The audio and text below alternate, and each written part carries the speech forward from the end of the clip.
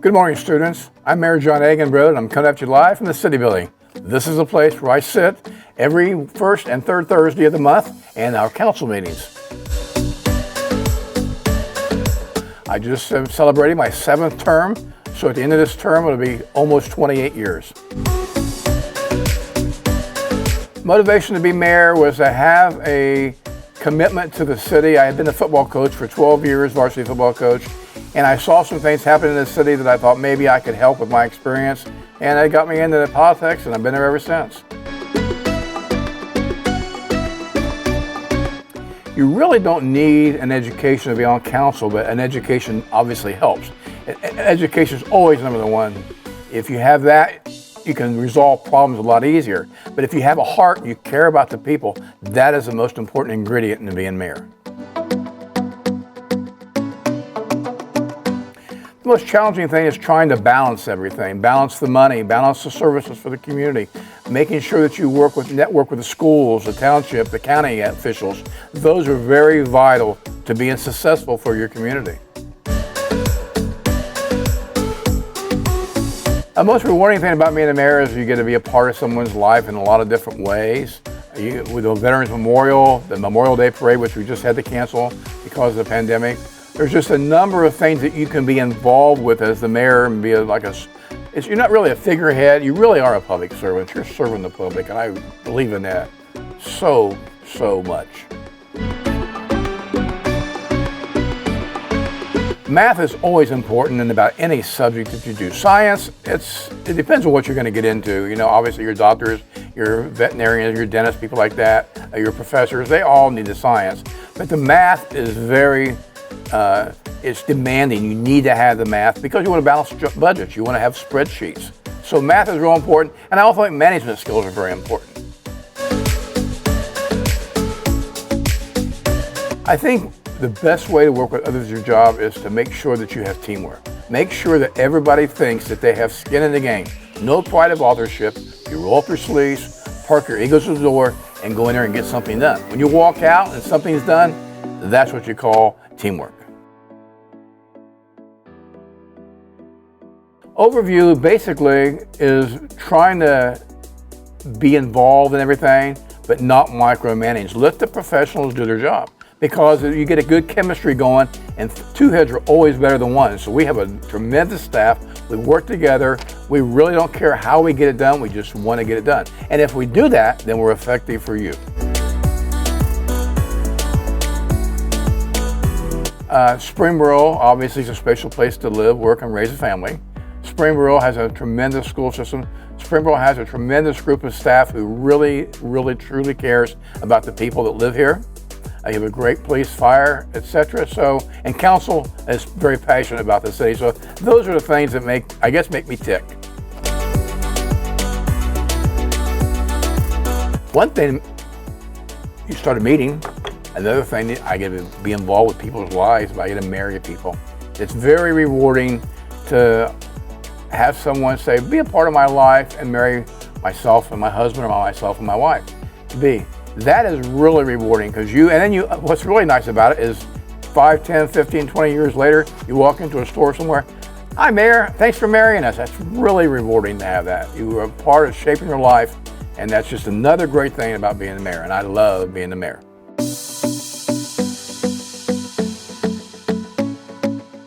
Hi, my name is Chris Pizzuto, and I'm the city manager for the city of Springboro. I've been city manager for 2.5 years now, and I've actually worked for the city for about 18 years. So I've got a lot of years here with the city. The responsibilities of city manager, basically what the name says, you manage the city. So what I do on a daily basis is make sure that our police department is out there protecting all the citizens, and make sure all the parks are in good condition so that you can go out and play on the playgrounds and play your sports on the fields and everything like that, soccer, lacrosse, pee-wee football, and also make sure that the water system is working and flows to your house so you can have a glass of water or take a shower. So it really encompasses everything that you see out there on a daily basis that involves the city.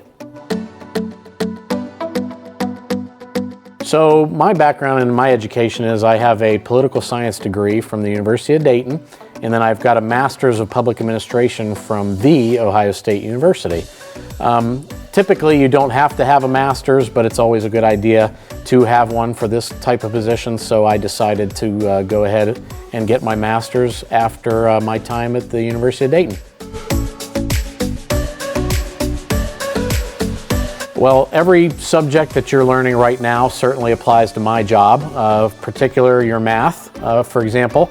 On a daily basis, I'm adding numbers, I'm subtracting numbers from budgets, and figuring out how much different projects cost and how we can always save the city some money and the taxpayers as well. So math is certainly important. Your language arts classes that you're taking are very important as well. Every day I'm reading the newspaper, reading different reports from different departments and department heads, writing memos to employees.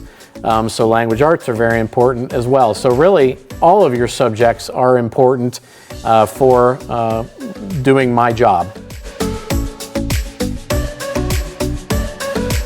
So for me, an interesting fact is my wife is actually a teacher at 5 Points, not at Dennis, but at 5 Points. She's a 4th grade teacher there. And I've got 2 kids one has gone through the school. She is a sophomore at the University of Cincinnati, and my son Jacob, some of you might know him. He refs a lot of lacrosse and youth basketball games. His name's Jacob, and he's going to be a junior at the high school starting next year.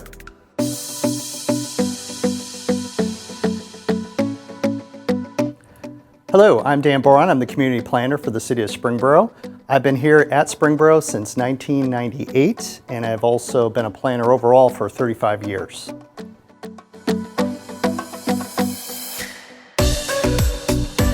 I've always been interested in architecture from a young age, and originally I thought to do cities, you needed to be an architect. And I later found out you don't have to do that. There's a field, a profession that does that specifically. And it's community planning. So when I found that out, that's what I started to do when I went to the University of Cincinnati, which has a community planning program. It's called a Bachelor of Urban Planning.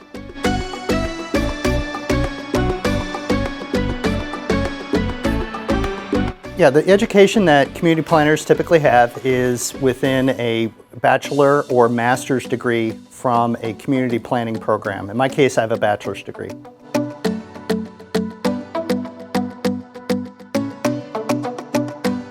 I tell this to my son, he doesn't want to hear it, but we use algebra every day. We also use, we read a lot, so we need to be able to read and communicate with the English language all the time. And we also use science. Community planning is an applied science. We're related to engineering. We're also related to city government or administration, as well as law and other fields.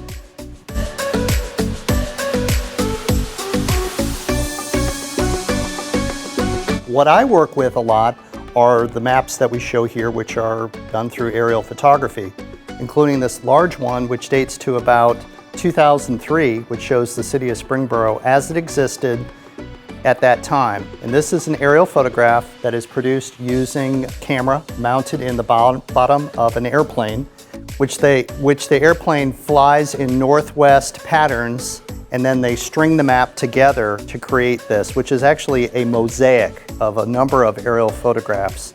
And you can probably pick up some of the highlights of the map, which include Wright Brothers Airport, which is pretty large, Interstate 75, and also the Great Miami River.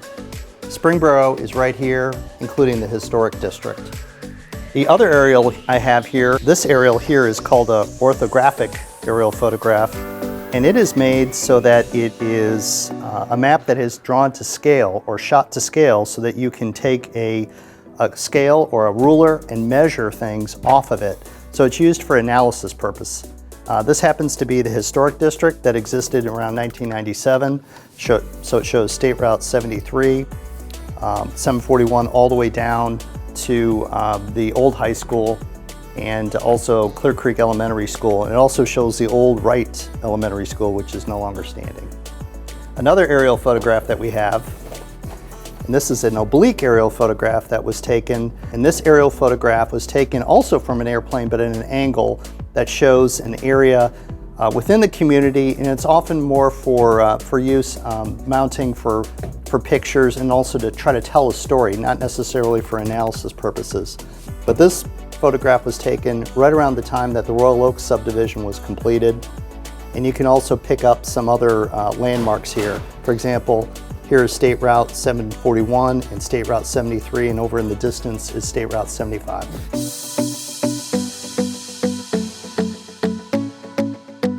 Hi, my name's Chad Dixon. I am the city engineer for the city of Springboro. I've been in this position for almost 7 years now. City engineer, we plan and manage the infrastructure projects, roadway projects, storm sewer, water mains, and sanitary sewer projects. We also collaborate with the planning department in design review of private developments, and we also work with other local agencies in designing projects. I got a Bachelor of Science degree from the University of Dayton, majoring in civil engineering, and I actually did my focus kind of in structures with a background in the civil part of it. I've been working in the industry now for almost 25 years. Half of that was doing some structural design, the other half was doing civil work.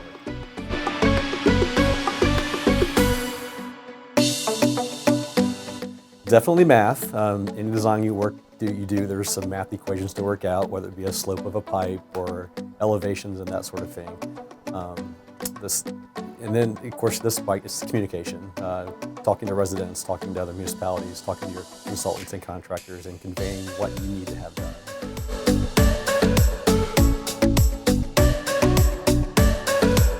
The civil engineering aspect of it is so wide open. You can do so many different things, from the civil side here in the office to wastewater management, to stormwater design, to civil site design for private developments, to structural design, it's just a wide open field that really it's never got a need for engineers.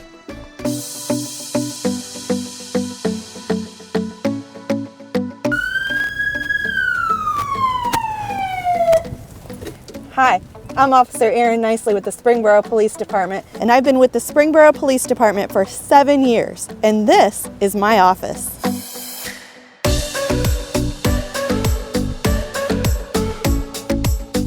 As a school resource officer, my job is a lot different than a typical police officer's job. I don't just do one role. I could be a counselor, I could be a friend, a mentor, lots of different hats that I wear. I teach DARE, and I do a lot of prevention work.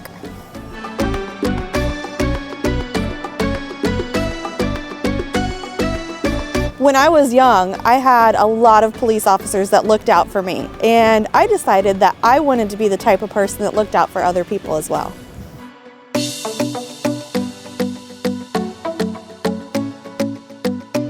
Well, it depends on the department. Some departments require you to have a college degree, some do not.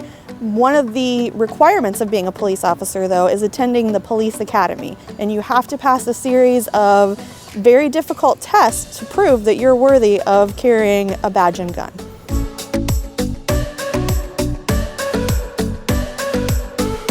The most rewarding part of my job is when I have a kid at the school that comes to me and says, "We didn't know what to do, but we knew that we could trust you and you would know what to do."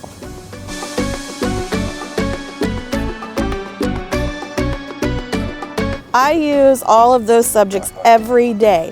Anytime a police officer does something, we have to write a report that's very detailed, and you have to be able to understand exactly what happened in the report that someone is making.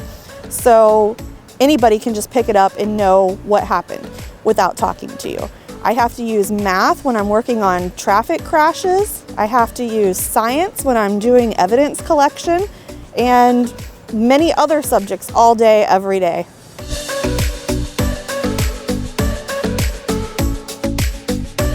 Our job is all about teamwork and solving problems. We have to be able to go out and do our job on our own, but we also have to work as part of a team and know that we have each other's backs. Being a police officer is almost like solving puzzles every day. So if you like to solve puzzles and you want to show those criminals that you're smarter than them, this would be a good job for you.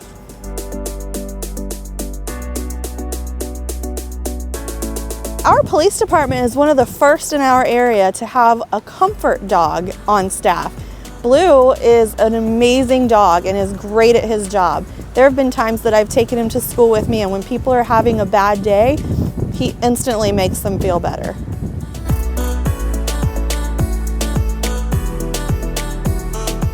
Steve Eggenbrode. I've been with the Clear Creek Fire District for over 25 years.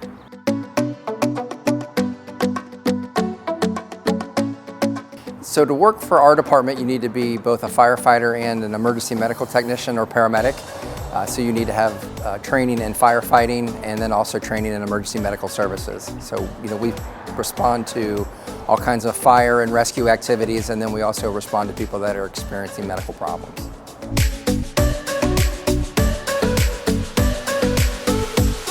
The thing that drew me to doing this job was the ability to just help people on a regular basis. I've always liked doing that, and to be able to come in and make a career of serving the community that I grew up in and helping people, which is what I love to do, it just was a perfect fit.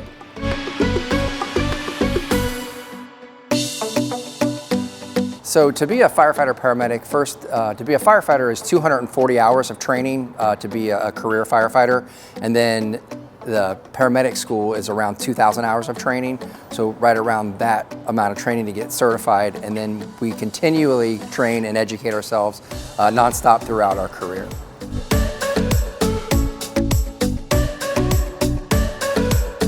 Seeing people at their worst is hard, but when you get to make a difference and impact somebody's life in a positive way, when you do see them in a bad position, it's very rewarding.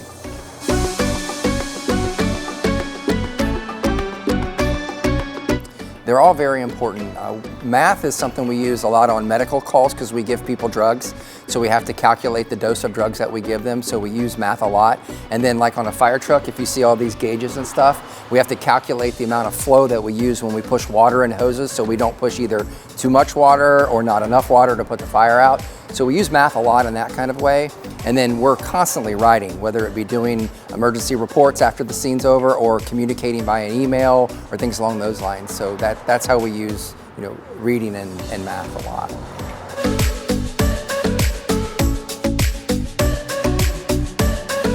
Firefighting is what we call a team sport. So everything we do is in a team. You always have a battle buddy, at least one person there with you to assist. So we're constantly working together in groups. Sometimes it's a group of 2, and it can be upwards to a group of 50 people trying to bring an emergency under control.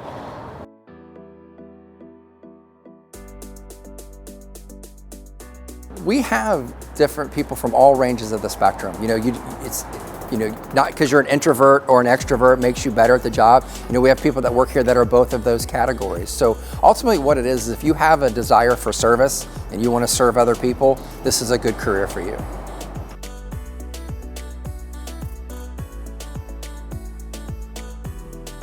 An interesting fact about our department is last year was the busiest we've ever been. We had more emergency calls than we've ever had before. And this year, we were on a track to even surpass last year. Things have slowed down a little bit because of the coronavirus and all that situation going on. However, an interesting fact is we're just busier than we've ever been before.